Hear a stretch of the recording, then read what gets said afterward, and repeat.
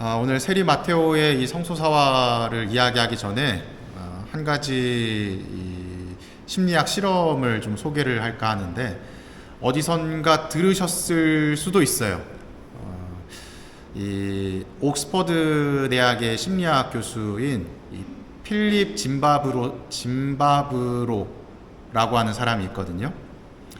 그 사람의 유명한 이론 중에 하나가 뭐냐면 이 깨진 창문 이론이라고 있어요. 깨어진 창문 이론. 그리고 오늘 소개할 루시퍼 효과라고 하는 것이 있는데, 이 루시퍼 효과라는 이 심리학 용어가 등장하는 실험이 있었어요. 그 실험이 무엇이냐면 옥스퍼드 감옥 실험이라고 이야기를 합니다. 들어보셨어요? 이게 무슨 실험이냐면, 사람은 얼마나 환경에 의해서 좌지우지되느냐, 환경이 얼마나 중요하냐에 관해서 설명하는 그런 실험입니다. 어떤 실험이냐면 70명의 일반 대학생들을 무작위로 선별을 했어요. 어떤 범죄가 있거나 이러한 사람들이 아니라 좀 올고든 좀 우리가 일반적으로 볼 때 그래도 정상적이다라고 할 수 있는 대학생 70명을 뽑았습니다. 그리고 24명은 감옥에서 간수의 역할을 맡기고, 그리고 46명은 죄수의 역할을 맡겨요. 그래서 총 2주 동안 실험을 진행을 합니다.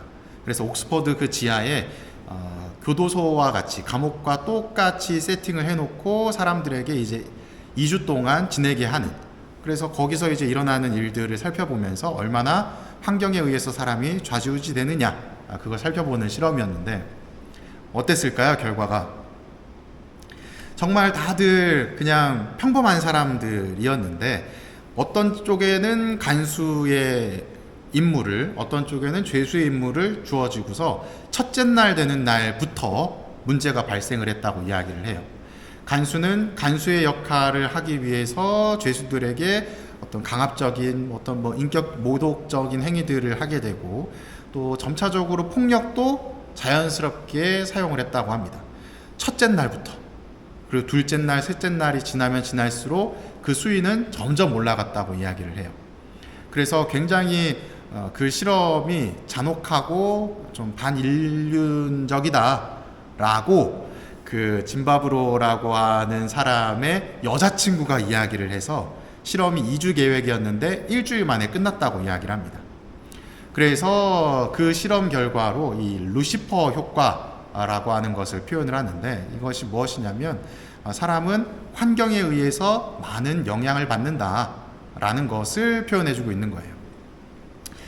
이 소재로 이제 영화도 나왔었는데, 더 익스페리먼트라고 하는 영화도 있습니다. 영화는 잔혹하고 야해요. 그래서 보지 마. 제가 이 얘기를 왜 말씀드리냐면, 우리가 살면서 많은 경우에 우리가 좀 뭐랄까요, 이게 적당한 표현은 아니지만 정상적이다, 일반적이다 라고 하는 축에 머물러 있는 사람들 입장에서 보면 그 반대편에 있는 사람들이 납득이 가지 않는 경우들이 많죠. 어떻게 저렇게 잔혹하지? 어떻게 저렇게 나쁜 일을 할 수 있지? 하면서 나의 입장에서 그 사람들을 판단하는 모습을 보이게 됩니다. 그런데 이 실험에서 이야기하는 것이 무엇이냐면, 내가 만약 그 상황에 처한다면 나 또한 그런 잘못을 저지를 수도 있다라는 것을 표현해주고 있는 실험이에요. 절대적이라는 것은 아닙니다. 사람이 태어나서 가지고 있는 본성적인 부분도 분명 존재하기 때문에 환경에 크게 좌지우지 되진 않지만 환경적인 영향이 매우 크다라는 것을 입증한 실험 중에 하나다라고 볼 수가 있어요.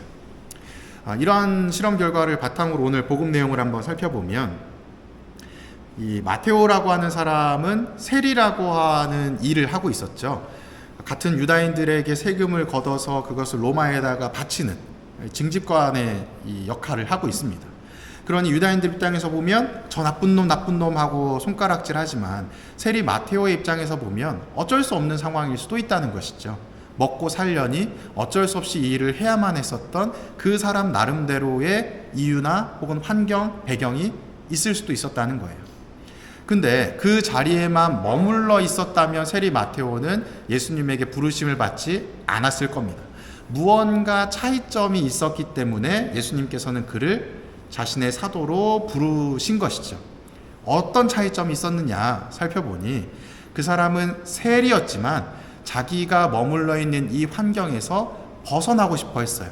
내가 잘못하고 있구나라는 것을 알고 있었고 그 알을 변화시키고 싶어 했습니다. 그래서 예수님과 가까이 하려고 했고 예수님을 만나려고 하고 또 예수님에게 식사도 대접하면서 예수님과 가까운 그 어떤 관계를 맺으려고 부단히 노력을 했던 것이죠. 그래서 예수님은 그와 식사도 하시고 나중에 그를 사도로 부르게 되는 모습을 보이게 되는 겁니다. 우리가 머물러 있는 환경이 이처럼 중요하다. 그리고 우리의 의지가 그만큼 중요하다라는 것을 오늘 좀 이야기하고 싶은데, 우리가 신앙생활을 하는 이유, 왜 신앙생활을 해야 되느냐, 거기에 대한 답을 오늘 이렇게 드리고 싶어요.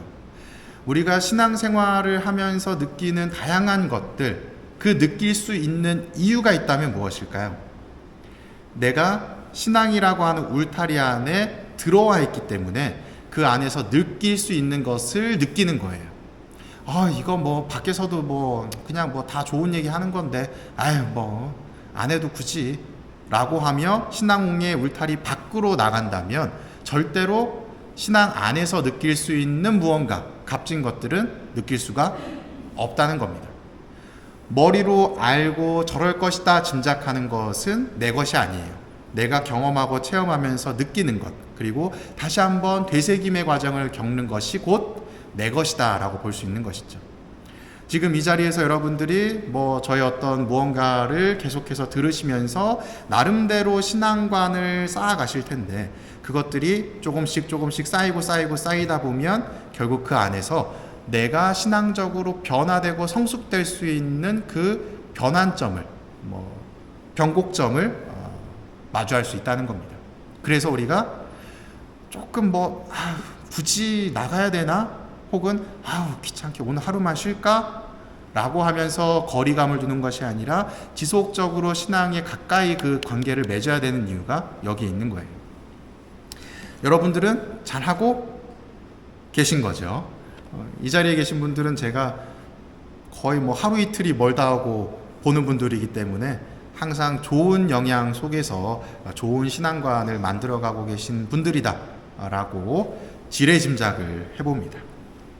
그래서 오늘 강론은 끝났지만 하나 더불어서 말씀드린다면, 이렇게 열심히 이렇게 쭉 하다 보니까 가끔씩 하느님께서는 선물을 마련해 주시거든요.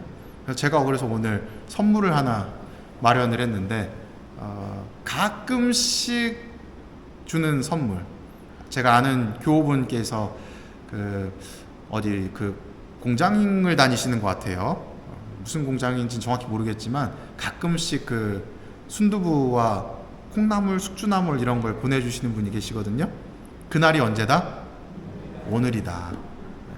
맡은 자리에서, 그 자리에서 성실히 수행하는 종은 주인이 와서 그의 종을 이쁘다, 훌륭하다 하면서 식탁에 앉힌다고 표현을 하죠. 여러분들도 그때가 어느 때인지 모르지만 오늘이 바로 그때인 겁니다.